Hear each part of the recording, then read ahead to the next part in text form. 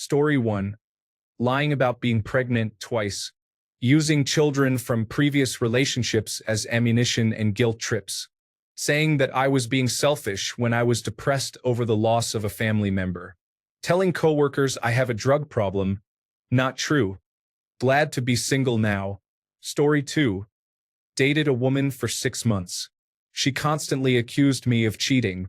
So one night I just said, "You know what? I think you are cheating." She threw her drink in my face. The level of disrespect and obvious lack of coping skills just ended it for me. Story 3. I had to cancel a date because my dad was in a lot of pain due to being terminally ill, and I wanted to be there for him. She got mad at me because, "You're always with your dad and never with me." He died that night. After I told her he died, she ignored me for a whole week. Afterwards, she told me she was sorry and that she had regrets. I've never accepted her apology and I'm still upset with her. It was 4 years ago. Story 4. I once had a girlfriend who said I ruined her New Year's Eve after my dad was rushed to the hospital on the morning of the 31st. It's safe to say I started the New Year single. Story 5. The obvious answer I know, but my view has and always will be, you cheat, I leave. Girlfriend of 4 years cheated on me when she went out drinking with her friends. I moved out the next day, blocked her, told her family what had happened. I didn't embellish, just the truth. I figured that would be more devastating than an emotional outburst, and then blocked them too. I moved on much faster than I thought. It was sad, but ignorance was bliss. I imagined her sad and depressed, regretting what she'd done, and because I'd blocked her, everything for all I knew it was true. Story 6. She slept with someone else on my birthday and lied, telling me she went to see a movie that wasn't out yet. I knew she was lying but didn't say anything. I found out because he messaged me and told me what happened. He had no idea she even had a boyfriend. Story 7. Cheating and silent treatment. I'm not talking about needing time to cool down. I'm talking about acting completely unreasonable by refusing to talk for days as some kind of psychological tactic. In either case, go forget about it. It's unforgivable. Story 8. Summary. She physically abused me by punching me in the groin in front of others. When I confronted her about it, she broke up with me. This led to emotional abuse for the next 3 to 4 months because we worked in the same unit. We were in our 3rd year of medical school when we started dating. We were acquaintances from the dissection lab before, and eventually we were in the same group for clinical teachings. What began as a friendship turned into a full-blown relationship. We were committed after about a year and were together for another 2 years when issues started to arise. Regarding the incident, we were at a rural community health center as interns with a few other colleagues. The caseload was low, and we rotated every 2 hours in pairs throughout the day to see patients. During our break, we worked on a PowerPoint presentation for a community research project we had completed. She was leading it and I was helping her out. She had a habit of hitting me before. While engrossed in it, I realized it was our time to attend to patients and repeatedly told her that we ought to go. She didn't listen, and when I kept insisting, she suddenly turned around and punched me in the groin. This happened in front of 2 other female colleagues in the room. Anyone who's been hit there knows how much it hurts, as it did to me. I left the room in embarrassment and went to attend to the patients. She joined me 3 minutes later. Later that day, I texted her after getting back home, mentioning that what she did was wrong and caused me pain. She apologized via text. The next day at the community health center, she said she wanted to talk and broke up with me, stating that I deserved someone better and she wasn't good enough. It was pretty obvious that this was her way of retaliating for me calling her out. This wasn't the first time she hit me in the groin. It happened before playfully, as she is somewhat childish in that sense. The trauma wasn't just from the physical act of hitting me but from the emotional abuse and mind games that followed. I hadn't done anything wrong, yet I was punished both by being hit and by the breakup of a long-standing relationship. We had spent a lot of time, effort, and built memories over 3 years, and for her to destroy it overnight completely broke me. For the next 3 months, I tried everything to win her back and even apologized myself. There was significant emotional abuse, victimizing, and gaslighting. She yelled at me a lot and made threats. I couldn't reach out to anyone because it was embarrassing. Story 9. I once had a girlfriend I walked in on using the bathroom. She was sitting backwards. I left her the next week. It still bothers me to think about 15 years later. Story 10. Popping drugs in my drink and sharing me with her housemates and a couple of friends, and some guy that she had apparently been involved with all along that just watched and directed. Story 11. My barber once told me that his girlfriend went off birth control and was trying to get pregnant without telling him. I'd say that's pretty high on the unforgivable list for me. Story 12. Cheating. If you fall for someone else and want them more than me, break up with me and start that new relationship. At least then we can be friends and I'll respect you. If you just cheat on me and I inevitably find out, I'll lose all respect for you and won't even want to have you in my life. Physical assault. I know better than to stay with someone who physically wants to hurt me. I've seen enough true crime documentaries to know a woman can be just as abusive and deadly as a man in these situations. Story 13. Lying. We all lie sometimes, but that's human. I mean, more specifically, lying to win an argument or gain in some other ways, the sort where the stakes are high and they go for the lie regardless. As an adult, if this behavior is exhibited on the fly, then it's part of their nature. It will never change because it's almost innate sociopathy. If you have a girlfriend like this, it's better to call it quits. Life's too short for such behavior. Story 14. Skipping the obvious like murder or assault, probably intentionally and maliciously injuring my animals. I'm not talking about a light smack when they go for something on the table or the cat getting underfoot at 1 a.m, but actual injury. I've ended friendships over this. I can't see how a romantic relationship is different. Story 15. I don't care how you dress or how you act, within reason of course, but cheating is unacceptable. I will not cheat. If I get the urge to, I'll end the relationship, and I have done so before. I expect the same level of respect. Story 16. My ex told her parents I hit her. I received a call from her parents saying they were going to call the police. My ex called me on the phone, drunk, saying that she didn't think her parents would call her bluff. She told them I hit her because they saw a bruise. The bruise was caused by her falling down because she was intoxicated and she didn't want to admit it. I wasn't even at the bar where she got drunk. Her parents called me later to apologize. I broke up with her the next day. Story 17. Stringing me along for years, telling me that she only very briefly a long time ago felt anything real for me. Ghosting me in favor of someone she later claimed abused her. Then coming back into my life trying to be my friend but pretending she's the only one hurt. Leave me alone. Story 18. From my last relationship. Yelling at me for having pornography and considering it as cheating, but expecting me to let things go back to normal after she admits to cheating on me with my roommate. Additionally, demanding I let her access my technology to examine my browsing history every time she comes over. Story 19. She took my son at 13 months and disappeared until I finally got the courts to respond. I hadn't seen him for 10 months before he was 2 years old. This is very recent. He turns 2 next month. And I have a temporary placement schedule set until we get a permanent court date.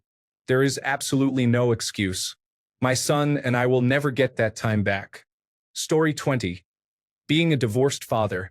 I'd say the only thing I wouldn't be able to forgive is if she ever abused my daughters in any way, physical or mental. Other than that, with all the things I've put my ex-wife through and just being a general piece of a bad person my entire life, I can extend a lot of forgiveness and empathy just like others have extended to me, which I did not deserve at all. Story 21. I spent over 2 decades in the food service industry. Some things just stick with you, like cutting a sandwich diagonally so it takes up more space on the plate. So 7 years ago, while my fiancée was pregnant, she asked me to make her a peanut butter and jelly sandwich. I cut it diagonally. She started screaming at me and threw the plate at my head. For the sake of my son, we co-parent, and she even comes along for family vacations and the like. But that action is always in the back of my mind. Story 22. She cheated on me very early on. I didn't really realize it at the time, but it broke me in a fundamental way, and I was then obsessed with keeping her as some sort of proof that I was worthwhile as a person. I thought I had forgiven her, but I hadn't. She did a lot of other things to make me feel worthless and dehumanized me, and I don't think I'm ever going to truly get over it. It's been a year and a half since it ended, and it's still almost as bad as it was back then. Story 23. Attempting world domination and failing. I would totally be cool with a successful run. A failed one, though, just shows a lack of effort. And, well, if she can't put real effort into world domination, then is she really trying in our relationship? Story 24. Cheating on me and letting me find out on my own is unacceptable. I have a rule. If you find someone else, tell me yourself. That alone shows a hint of respect. But letting me get blindsided shows no respect. All conversations at that point are null and void forever. Story 25. My wife cheated on me with someone I knew, who we used to hang out with at the bar for 5 months. Letting me shake his hand and slap his back and say, "How are you doing, Fred?" every Wednesday. Then asking me for a divorce and getting 50% of all our marital assets. Thank you to all you lawyers out there who got no-fault divorce laws passed.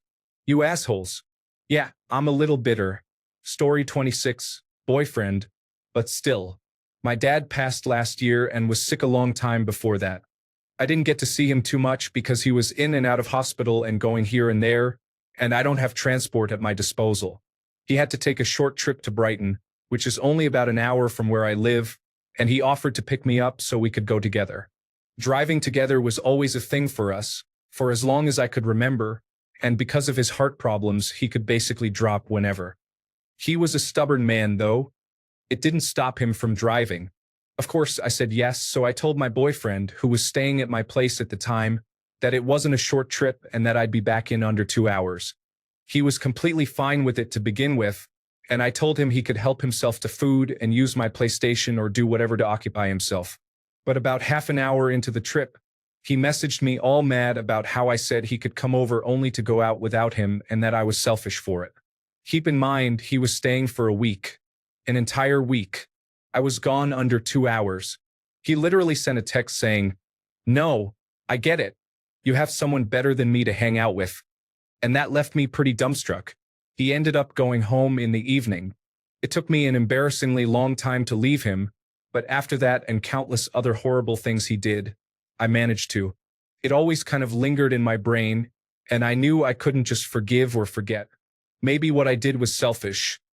I'm not too conscious about that stuff, so I'm not sure, but everyone else thought he was out of line, so I assume he was. Just realized how long this was. Probably could have been a paragraph. Sorry. Story 27. My ex-girlfriend of 6 years thought I was unfaithful with her sister, which I wasn't. Because of her paranoid delusion, she thought it fitting to betray me with my best friend and ruin my life. It's been 5 years, and she still asks for forgiveness, but that's unforgivable. I forgave him because he told me. She would have kept it a secret, but he had the decency to let me know who I was about to marry. I don't have much of a friendship with him anymore since we've had several conflicts since the incident, but he did care about me enough to stop me from marrying her, and I do forgive him, but not her. Story 28.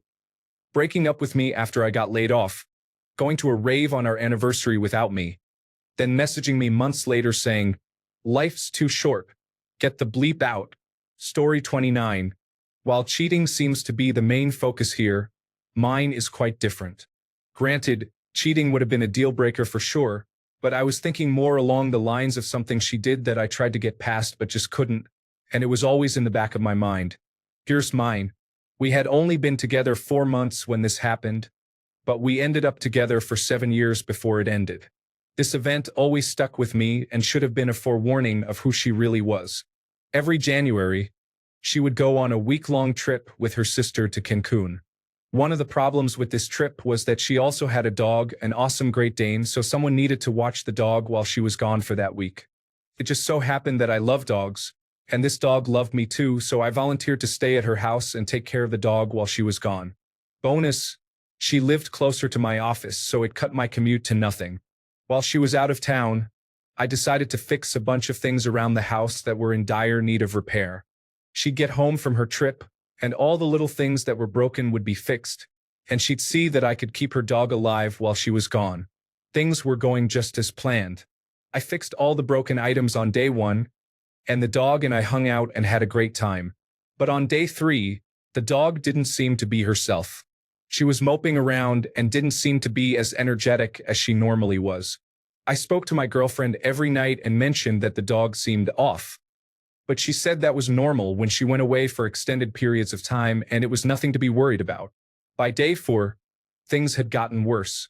This dog wasn't mine, so I didn't know its characteristics, but I knew something wasn't right. She had a hard time walking up and down the stairs to go outside and didn't seem to be eating.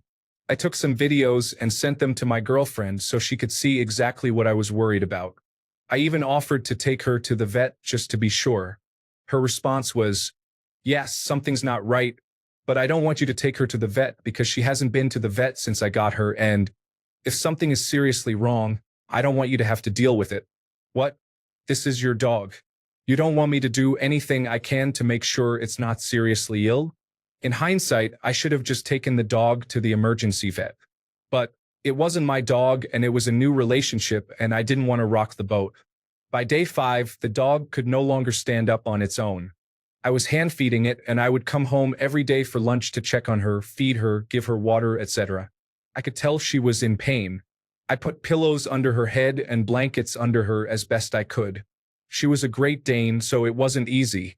I mentioned all of this to my girlfriend, and she just said that I should make her comfortable and she would deal with it when she got home. She couldn't get up, so she would just pee where she laid, and I would have to clean her up, slide her around, and just keep her as comfortable as possible. Every night, I had to go to sleep listening to this dog whimpering. I kept asking my girlfriend if I could just do something, and she insisted I didn't.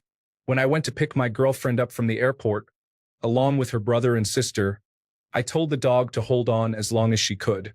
I was getting Mom and I'd be right back. I raced to the airport, got them loaded into the car, dropped off her sister and raced back home. The dog was still alive. I thought for sure we'd do something now. Take her to the emergency vet or something. Nope. We went to bed. At some point early in the morning, my girlfriend got up and went downstairs. The dog died while she was with her. I woke up, knowing something wasn't right, and went downstairs too. We both had a cry. She called her ex, who had her daughter, and told her what happened and to bring her daughter by to say her goodbyes to the dog. Then we loaded the dog into the car and took her to the local humane society. As if that entire week wasn't tragic enough for me, what really stuck with me and I couldn't get over was the fact that her family and friend would joke about how the first time I stayed at the house and took care of her dog, the dog died. And she never defended me. She never told them that I wanted to take the dog to the vet. She never acknowledged that I nursed the dog the entire time and kept asking to take it to the vet, or that I had to sleep there every night and listen to the dog whimpering in pain while she was off in Cancun having a blast. I even brought this up to her multiple times and explained how I felt. She didn't seem to care. Even typing this brought tears to my eyes. Many years later, this event wasn't what ended everything for us, but it was part of the process and something I've never gotten over and she's never taken responsibility for.